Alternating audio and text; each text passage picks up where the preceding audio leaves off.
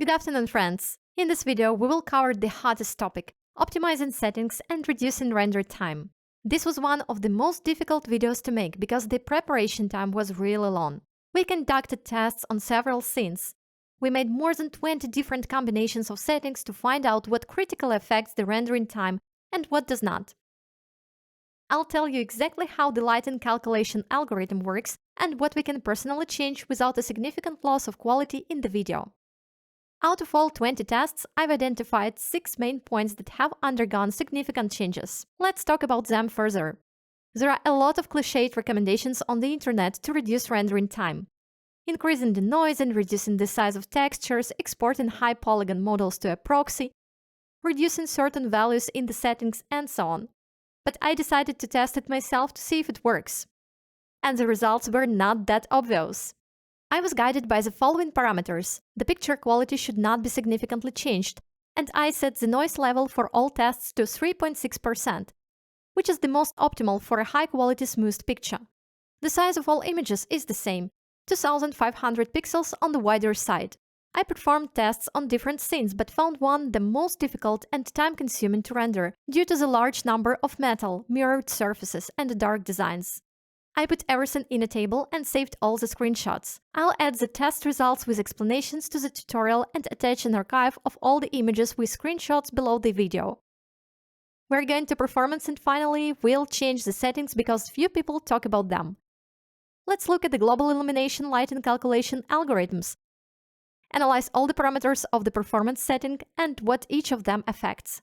And in the future, this will also help you to improve your possibly complex scenes and remove noise, because you will know the property of this parameter. Test 1. I rendered with the usual default settings for my scenes. The render time for this scene of up to 3.6% noise with a denoising of 0.75 is 59:31, almost an hour. Let's take a closer look at how Corona rendering works. There are several algorithms for calculating lighting. The most realistic and detailed one that completely repeats the physics of light and is used in various rendering engines is path tracing, which works on the principle of directed rays from the camera to each pixel, passing through the entire space. They are reflected, absorbed, refracted, and scattered. This way, the rendering shows the shape, depth, color, glossiness, and refraction properties of objects. The brightness of the lighting, the shadows are emphasized, and the picture shows. The ray passes through the scene several times and ends when it reaches the light source. Path tracing can be used in both primary and secondary rendering for more realistic and accurate rendering, but it will increase rendering time and require more power. This works very efficiently in animations, but for static frames, we are offered to do secondary calculations with UHD cache algorithms. Its main task is to efficiently calculate indirect lighting, in particular for static scenes, by reducing noise and optimizing render time. To speed up calculations and reduce noise, UHD cache creates a tailored spatial mesh. The algorithm groups the points of ray interaction into nodes of this grid, averaging the illumination in each node. And it is the use of this algorithm that made Corona very efficient and easy to archive. You can see its work when you start rendering with such dots. This is the work with the node map. And of course, algorithms can also be adjusted and their parameters can be set for correct calculations to reduce rendering time, or vice versa to calculate shadows in detail, to get rid of noise near sources. Test 2. I changed the performance settings. In the second test, changing the settings reduced the render time by 10 minutes, so let's take a closer look. I immediately decreased the global illumination versus AA balance value to 10. This setting determines how many resources are allocated to global illumination versus anti-aliasing. Reducing it shifts the emphasis from global lighting calculation to simplifying and smoothing the intermediate results of the calculations. It has almost artificial intelligence kind of effect that improves video quality by generating an intermediate frame between two others. Anti-aliasing works the same way.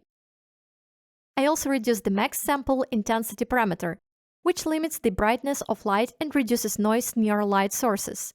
Reducing this value is also recommended for scenes with HDRI lighting to reduce noise. I also removed the object contour smoothing filter. If you've noticed, there are pixel stairs along the contour of objects. They are exactly what we remove with the filter, but it can also slightly increase the rendering time. Therefore, I switched it off. Test 3. We managed to reduce the render time by another 4 minutes without any critical quality changes. To do this, I changed the second calculation model to 4K cache. In the old model, any changes to the parameters did not give much of a time-saving result. Perhaps the difference was 1 minute downward, and again, it was a dead end, so I had to change the settings.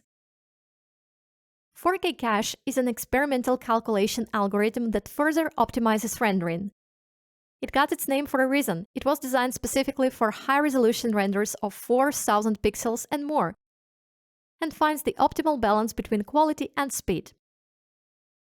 I also lowered the global lighting calculation parameter even further to 5, and reduced the max ray depth parameter, which regulates how deep the rays go through glass and mirror surfaces, which affects the accuracy of refraction and scattering of rays. High values are needed if there is a lot of glass, water, or caustic in the scene. Therefore, I reduced these parameters for a quick calculation. There are also two separate settings in the 4K cache. Granularity is an elaboration of the node grid size in which the calculation is performed. Increasing the grid makes the calculation less detailed. Very high values can lead to artifacts or incorrect light distribution.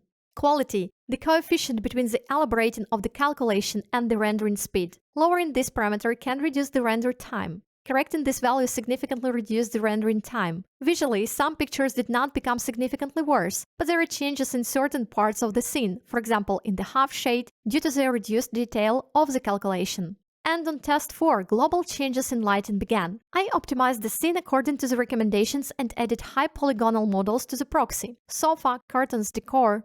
First of all, this increased the rendering time with different performance settings. As it turned out, algorithms in different scenes can work differently with proxies. This is effective for optimizing the work in the port for exterior scenes, but may not affect the change in rendering time and dark interior scenes at all. Secondly, new artifacts have appeared. I ran the test with ChatGPT, which ran and categorized everything for me. It suggested reducing the light samples multiplier value, which affects the accuracy of the calculation of shadows and light sources. If there is a lot of noise in the shadows, we increase it to 2 or 3. By logic, reducing it should reduce the time, but reducing it had led to an increase in render time. Why is this? Because the scene has many groups of light sources and many windows from different sides. When we have a lot of sources, we need to increase this value to optimize it. But if you have a light scene with only one window, the optimization with a value of 1 may work.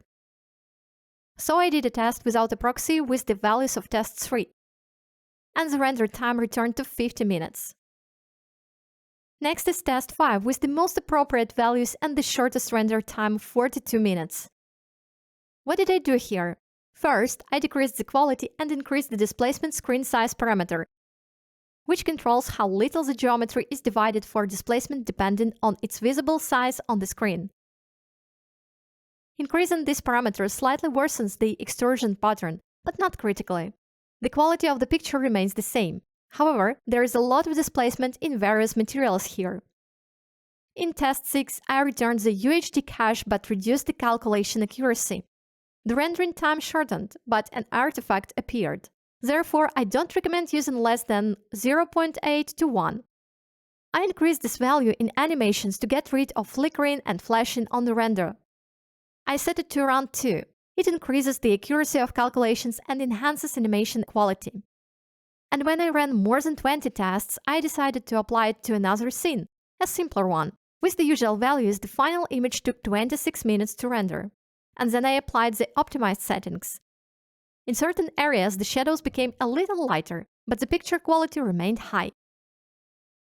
And the time was reduced to 16 minutes, which is 40% less. You can safely use all the optimized settings for test renders drafts to produce images much faster. And for the final renders, use the settings from the tests 2 and 3.